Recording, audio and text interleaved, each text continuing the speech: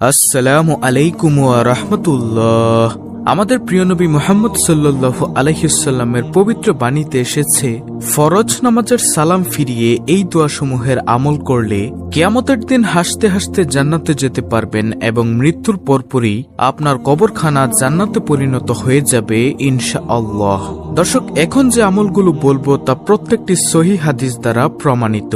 ফরজ নামাজের সালাম ফিরিয়ে রাসূল সাল্লাল্লাহু আলাইহি ওয়াসাল্লাম যে দোয়াসমূহের আমল করতেন সেগুলো আমি আপনাদেরকে এক এক করে বলবো, তাই ধৈর্য ধরে পুরো ভিডিওটি মনোযোগ সহকারে দেখুন। ইনশাআল্লাহ অনেক অনেক সওয়াবের ভাগীদার হতে পারবেন। হতে পারে আপনার একটি আমলই জান্নাতে যাওয়ার উসিলা।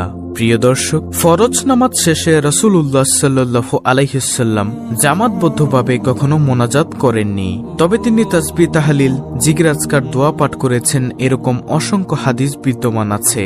প্রত্যেক ফরজ নামাজের সালাম ফিরানোর পর রাসূলুল্লাহ সাল্লাল্লাহু আলাইহি ওয়াসাল্লাম ইমাম অবস্থায় কিবলার দিক থেকে ঘুরে মুক্তাদিদের দিকে মুখ ফিরিয়ে বসতেন। সহিহ বুখারী শরীফের হাদিস নম্বর 845। তো নামাজের সালাম ফিরিয়ে সর্বপ্রথম যে দোয়াটি পাঠ করতেন তা হলো, রাসূল সাল্লাল্লাহু আলাইহি ওয়াসাল্লাম প্রত্যেক নামাজ শেষে 3 বার আস্তাগফিরুল্লাহ, আস্তাগফিরুল্লাহ, আস্তাগফিরুল্লাহ বলতেন। হাদিসটি রয়েছে মুসলিম শরীফে, হাদিস নম্বর 1222। আস্তাগফিরুল্লাহ অর্থ হলো আমি আল্লাহর ক্ষমা প্রার্থনা করছি।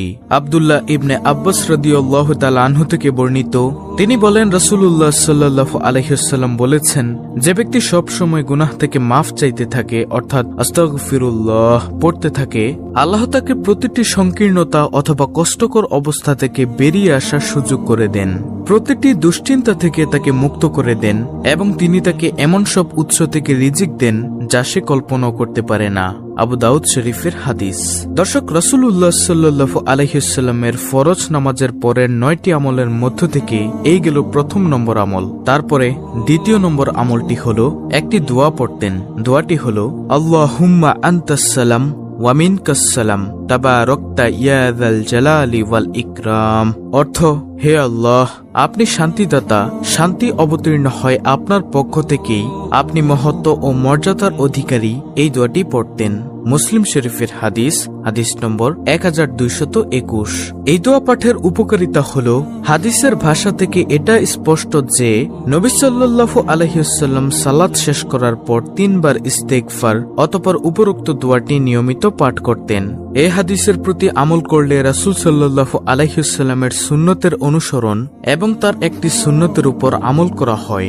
আর রাসূলুল্লাহ সাল্লাল্লাহু আলাইহি ওয়াসাল্লামের অনুসরণ এবং সুন্নতের উপর আমল করা আল্লাহর ভালোবাসা, ক্ষমা এবং নৈকট্য লাভের অন্যতম শ্রেষ্ঠ উপায়। তাহলে গেল 9টি আমল থেকে দ্বিতীয় নম্বর আমল। তৃতীয় নম্বর আমলটি হলো সুবহানাল্লাহ 33 বার, আলহামদুলিল্লাহ 33 বার, আল্লাহু আকবার 33 বার এবং লা ইলাহা ইল্লাল্লাহু ওয়াহদাহু লা শারীকা লাহু লাহুল মুলকু ওয়া লাহুল হামদু ওয়া হুয়া আলা কুল্লি শাইইন কাদির। এই দোয়াটি একবার পড়ে 100 বার পূর্ণ করা।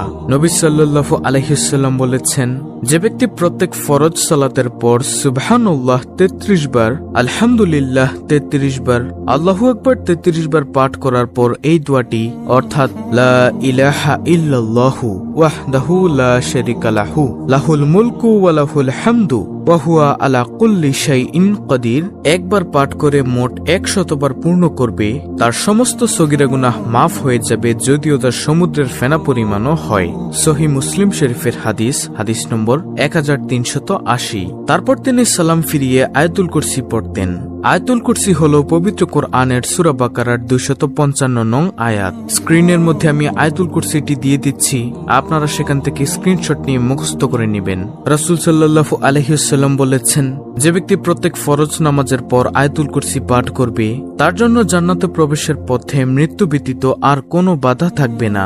নাসাই শরীফের হাদিস নম্বর 9448, তাবরানী শরীফ হাদিস নম্বর 7832।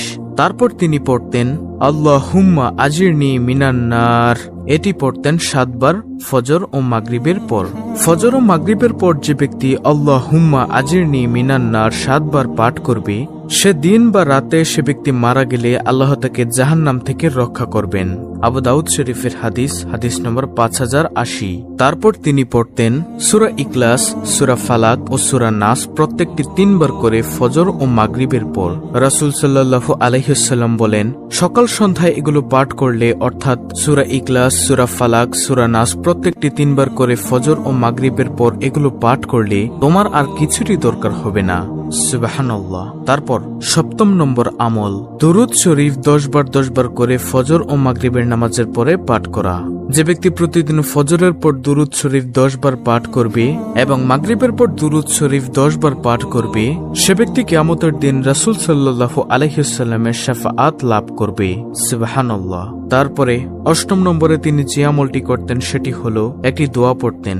দোয়াটি হলো রাদিতু বিল্লাহি রাব্বাও ওয়া বিল ইসলামি দিনাও ওয়া বি মুহাম্মাদিন নাবিয়্যা ওয়া রাসূলাহ সাল্লাল্লাহু আলাইহি ওয়াসাল্লাম। এই দোয়াটি পাঠ করতেন। অর্থ হলো, আমি আল্লাহকে রব হিসেবে, ইসলামকে দিন হিসেবে এবং মুহাম্মদ সাল্লাল্লাহু আলাইহি ওয়াসাল্লামকে রাসূল হিসেবে সন্তুষ্টি চিত্তে মেনে নিয়েছি। অন্য এক বর্ণনায় রয়েছে, যে ব্যক্তি সকাল বিকাল 3 বার এই দোয়াটি পড়বে, কিয়ামতের দিন আল্লাহ তাআলা তাকে নেকি বৃদ্ধির দ্বারা সন্তুষ্টি করবেন। তিরমিজি শরীফের হাদিস। এই দোয়াটি 3 বার ফজর ও মাগরিবের নামাজের পর পাঠ করলে রাসূল সাল্লাল্লাহু আলাইহি ওয়াসাল্লাম হাতে ধরে জান্নাতে প্রবেশ করাবেন এবং আল্লাহ তাআলা উক্ত ব্যক্তিকে সন্তুষ্ট করবেন। তারপরে সর্বশেষ 9 নম্বর আমল, রাসূল সাল্লাল্লাহু আলাইহি ওয়াসাল্লাম বলেন, যে ব্যক্তি দৈনিক 100 বার বলে সুবহানাল্লাহি ওয়া বিহামদিহি, এটি দৈনিক 100 বার বলে তার পাপগুলো মুছে ফেলা হয়, যদিও তার সাগরের ফেনারাশির পরিমাণও হয়ে থাকে। বুখারী শরীফের হাদিস, হাদিস নম্বর 6405, মুসলিম শরীফের হাদিস, হাদিস নম্বর 2691। দর্শক, সংক্ষেপে রাসূল সাল্লাল্লাহু আলাইহি ওয়াসাল্লামের ফরজ নামাজের সালাম ফিরানোর পরের 9টি আমল আমি আবার বলে দিচ্ছি। নম্বর 1, আস্তাগফিরুল্লাহ 3 বার পাঠ করা। 2, আল্লাহুম্মা আনতাস সালাম ওয়া মিনকাস সালাম তাবারাকতা ইয়া যাল জালালি ওয়াল ইকরাম, এই দোয়াটি পাঠ করা। 3, সুবহানাল্লাহ 33 বার, আলহামদুলিল্লাহ 33 বার, আল্লাহু আকবার 33 বার এবং লা ইলাহা ইল্লাল্লাহু ওয়াহদাহু লা শারীকা লাহু লাহুল মুলকু ওয়া লাহুল হামদু ওয়া হুয়া আলা কুল্লি শাইইন কাদির একবার পড়ে 100 বার পূর্ণ করা। 4, আয়াতুল কুরসি পাঠ করা। 5, আল্লাহুম্মা আজিরনি মিনান নার 7 বার পাঠ করা ফজর ও মাগরিবের পর। 6, সূরা ইখলাস, সূরা ফালাক ও সূরা নাস প্রত্যেকটি 3 বার করে ফজর ও মাগরিবের পরে পাঠ করা। 7, সকাল সন্ধ্যায় 10 বার করে দুরূদ শরীফ পাঠ করা। 8, রাদিতু বিল্লাহি রাব্বাও ওয়া বিল ইসলামি দিনাও ওয়া বি মুহাম্মাদিন নাবিয়্যা ওয়া রাসূলাহ সাল্লাল্লাহু আলাইহি ওয়াসাল্লাম, এই দোয়াটি পাঠ করা। 9, দৈনিক 100 বার সুবহানাল্লাহি ওয়া বিহামদিহি পাঠ করা। এই হলো মোট 9টি আমল।